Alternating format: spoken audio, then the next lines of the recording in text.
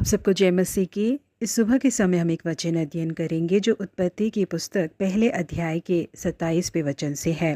तब परमेश्वर ने मनुष्य को अपने स्वरूप के अनुसार उत्पन्न किया, अपने ही स्वरूप के अनुसार परमेश्वर ने उनको उत्पन्न किया। 1618 से लेके 1648 तक इंग्लैंड में हुए युद्ध के दौरान स्वीडन के राजा गुस्तावस एडोल्फस की मृत्यु हो गई, लेकिन उनकी सेना को बहुत बड़ी जीत हासिल हुई। स्वीडन को भले ही बहुत बड़ी जीत हासिल हुई हो, लेकिन वहाँ पर एक मातम का माहौल छाया हुआ था। सारे अधिकारी जन जुटकर स्वीडन के लिए एक राजा की तलाश में जुट गए। कुछ लोगों ने कहा कि स्वीडन देश को गणतंत्र राष्ट्र में बदल देना चाहिए। दूसरे अधिकारी ने कहा कि हमारे राजा के ताज को उनके दूर के रिश्तेदार पोलैंड के राजा को पहनाकर उन्हें स्वीडन का राजा बना देना चाहिए। लोग बातें कर ही रहे थे कि उनके बीच में चांसलर खड़े हुए और कहने लगे कि ना तो हम अपने देश को गणतंत्र राष्ट्र में बदलेंगे और ना ही पोलैंड के राजा हमारे देश के राजा बनेंगे, क्योंकि महान गुस्तावस की खुद की वारिस मौजूद है, उनकी 6 साल की बेटी है, हम उसी को रानी बना देंगे करके उन्होंने कहा। लेकिन वहाँ पर मौजूद कुछ लोग उनके खिलाफ हो गए और पूछने लगे,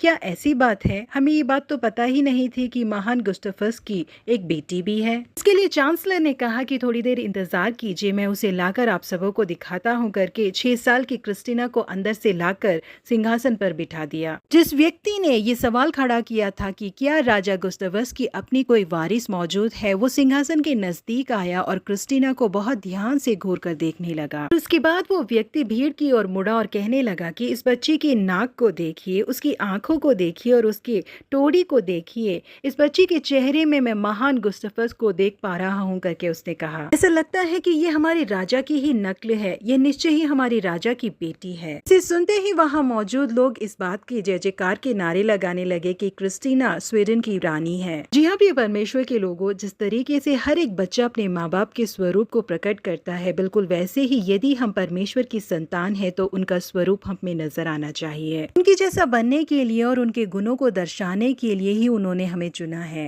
एक बार साधु सुंदर सिंह किसी से मिलने के लिए उनके घर पहुंचे। उस घर में मौजूद छोटी बच्ची ने जैसे ही उन्हें द्वार पर देखा तो अपने माँ बाप से जाकर कहने लगी कि हमसे मिलने के लिए यीशु मसीह आए हैं। यहाँ साधु सुंदर सिंह का जो गहरा रिश्ता यीशु मसीह के साथ था, उस रिश्ते ने उनके चेहरे पर एक प्रकाश को दे रखा था। उनकी आंखों से परमेश्वरीय प्रेम छलकता था। उनका स्वभाव यीशु मसीह जैसा बदलता गया। मूसा जब दिन और रात 40 दिनों के लिए सीनाई पर्वत पर परमेश्वर के साथ बैठे थे तो उनका चेहरा प्रकाशमय हो गया। इसके बारे में वो खुद नहीं जानते थे। जब लोगों ने उनसे कहा तो उनके चेहरे पर जो प्रकाश था उसके कारण को उन्होंने जान लिया। जी हाँ, जैसे इस संसार के बच्चे अपने माँ बाप की जैसे दिखते हैं, बिल्कुल वैसे ही हम जो परमेश्वर से जन्मे हैं, हमारे अंदर परमेश्वर का अंश है। इसीलिए वो जैसे बिना पाप के बिल्कुल पवित्र है, हमें भी वैसा ही होना चाहिए। वो जैसे रोशनी में रहते हैं, हमें भी वैसे ही रहना चाहिए। हम जितना परमेश्वर के नजदीक जाते हैं, परमेश्वर हमें ये अनुग्रह प्रदान करते हैं। परमेश्वर ये गुणों में बनने के लिए ही बुलाए गए हैं, क्योंकि मसीह जीवन का आधार यही है।